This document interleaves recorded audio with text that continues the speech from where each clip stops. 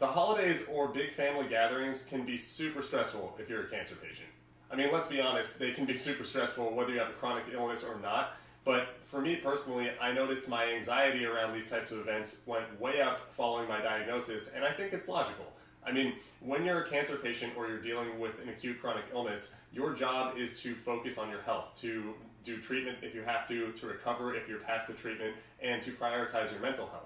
The holidays and big family gatherings, they're this confluence of little to large stressors, and when you add in your own big life event, it can get really, really overwhelming. I'll give you an example using my own life, like right now. So as I record this, it's the week of Thanksgiving. The last 3 weeks, I've been going through a relatively small cancer scare, but one that really was messing me up mentally. I have an inflamed lymph node in my shoulder, and as it stuck around, I mean, it's still there, but as it stuck around, I was getting more and more worried that I might be having a cancer recurrence. For those of you who don't know, I'm a stage 4 metastatic melanoma patient who is 6 months into remission. That part awesome, cancer scare not so awesome. Either way, as I was going through, these sequences, going to see my oncologist, going to get this ultrasound, and then potentially having to get an MRI or a PET scan this week if it came back irregularly, it was really, really stressing me out whether I was going to go home to see my family for Thanksgiving. So I had told my brother and my parents that if this lymph node came back irregular, I was not going to be there for Thanksgiving. And like I alluded to earlier, I know there's plenty of people who would love an excuse to opt out of Thanksgiving, but this isn't that. I love my family, I love Thanksgiving, and I have fun every time I'm down there. This is just the reality of what being a cancer patient is. You have to treat your health kind of as your priority, almost like a job. And so for me, when I'm 6 months into remission, I'm still recovering. My job is to make sure that anything that pops up like this, I'm taking care of immediately so that my long-term progress is staying as linear as it can be, which, we can address whether or not that's going to happen at a different time. But it would be really, really irresponsible of me to go home while I still had an open-ended cancer scare. Not only that, over the last 5 years of being a cancer patient, I've kind of developed a little bit of travel anxiety. That's been getting better. The further away from my initial diagnosis that I've gotten better at dealing with traveling as a cancer patient. But I felt like if I had a cancer scare going on and I just left in the middle of it, it might lead to some regression in that regard. But it's not just this particular scare and this Thanksgiving week that served as a reminder for me to make this video. In fact, my first time seeing my family following my initial diagnosis in 2018 was during Thanksgiving, and that got really, really crazy really, really fast, so I decided I had to kind of set some loose ground rules. Some people may even call those boundaries, but I do want to emphasize that a boundary isn't something that you and another person agree to. A boundary is something that you set and you enforce, and especially when you're a cancer patient, you need to be really, really vigilant about these things. I can give you a good example of a boundary that I had to set for myself. The first year I drove down when I was in treatment, I immediately realized that my ability to focus while driving was not good. It's usually a 6-hour ride from San Luis Obispo to San Diego, and as soon as I got on the road, I decided that I was just going to stop in Los Angeles and split the drive in half. So I had to call my family and say, hey, I'm going to be a day late because this drive is going to literally endanger my life. And so while I was kind of doing that, I kind of thought about the other ways in which I could help myself during an extended trip. And I've continued to use these rules and boundaries during the last 5 years as a cancer patient, and they've served me really well, so let's talk about strategy really quick. The first rule and boundary of my rules and boundaries is that these are going to get broken, but it better damn well be my choosing. Look, I'm a very imperfect person, always have been, and it's not like cancer helped me get my shit together. Not only that, your own rules or your own boundaries or the guidelines to the way you live life, those can and should adapt over time. But you really want to be the one who modulates them. You don't want other people to force you into breaking your own rules. And especially when you're a cancer patient or someone with chronic illness, these have direct implications towards your own physical and mental health and ultimately the quality of your life. And so that first Thanksgiving, and really every family event since, I've learned that a boundary I need is how we talk about my diagnosis and my experience.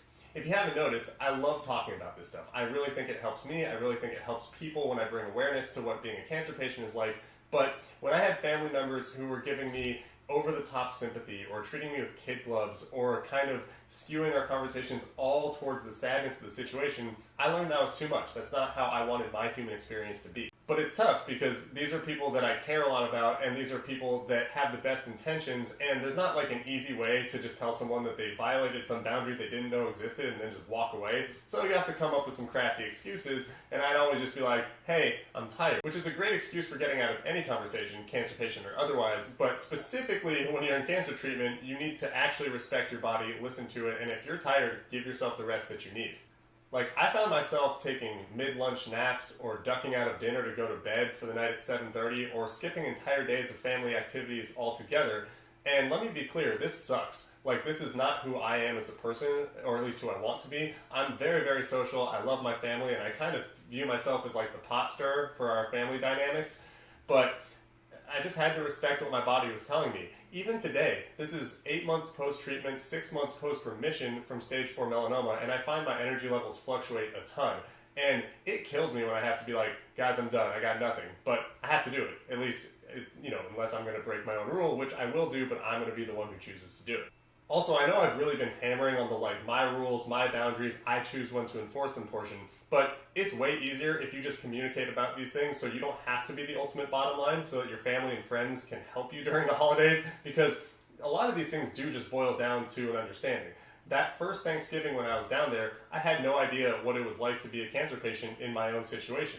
In the 5 years since, I've learned and I've become better at communicating with people like, hey, if I get tired, I'm probably just going to take a nap. Or hey, if I don't want to eat or drink anymore, I'm not doing it because I don't like what's going on. It's just something that my body is telling me to do. Or another example is like that first year, we all were going to go down to the beach for a little bit. We live near the beach in San Diego. And I had to look at them and say, melanoma patient, not happening. Like, they were offering me solutions. Oh, umbrella or hat or wear a lot of sunscreen. I was just like, I don't want to do that. This isn't something I want to entertain right now. And subsequently, when stuff like that has come up, my family and friends have been way more understanding. So communicate. Talking these situations through with other people not only helps them understand your rationale, but it's reiterated the why to me about why I have these boundaries in the first place. Now, granted, as cancer patients, we all understand the ultimate existential toll it can be, which is death. And if you feel like your time is very, very limited, fuck it. Break all these rules, push yourself until you can't. Spend the time with your family, really appreciate it. But in my situation, or other people's situation who have cancer that is treatable, curable, the treatment is a small portion of what you hope is an extended life with better quality of life, you need to be visualizing that as your end goal. You need to be thinking about, okay, if I can kind of preserve my mental health, if I can preserve my energy, if I can take these times and not have them really, really debilitate me, I'm going to have a better outlook for a long-term, future. And so when I've taken all these rest days and I've skipped out on activities that I really wanted to do, it's been with my best interest in mind and not just like oh, hey, this sucks right now and it will never change approach to it.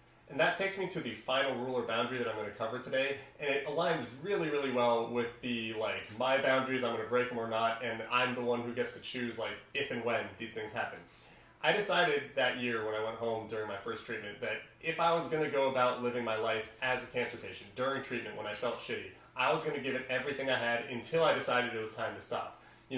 There's this weird concept among cancer patients in which you don't know what things are going to be your last of something. And granted, I never felt that existentially threatened during Thanksgiving or really any of my time during my first treatment, but it occurred to me hey, if things go super south, this might be the last time I go home for Thanksgiving. Really morbid and fortunately not even close to true, but it has to go through a brain if you have a really advanced cancer diagnosis. So every time I make an effort to go home for the holidays or celebrate a birthday or do anything that is, a traditional celebration in the culture that we have, I make sure I'm putting my back into it because I'm going to feel cheated and then I'm going to feel like it's a waste of time and that would break my own stupid first rule anyway. So what I'm saying is love your family hard, have fun, make sure that people are respecting your boundaries, you're respecting yours, but ultimately it's coming from the place that we want to be anyway, which is enjoying the people around us.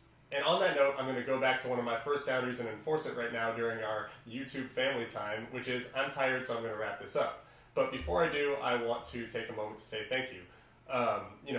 It means a lot to me that I get to do stuff like this to make myself feel better about the year that I've had post-stage 4 diagnosis. And it makes me optimistic to know that I can continue to do this, into next year and hopefully well beyond that in order to make my experience better for myself and make other people's experience better as we all learn how to navigate living with a chronic disease. So, That's all I got for today, but I will certainly have more episodes for you soon. I really appreciate your time. I really appreciate you liking this video, subscribing to my channel, YouTube outro. Bye.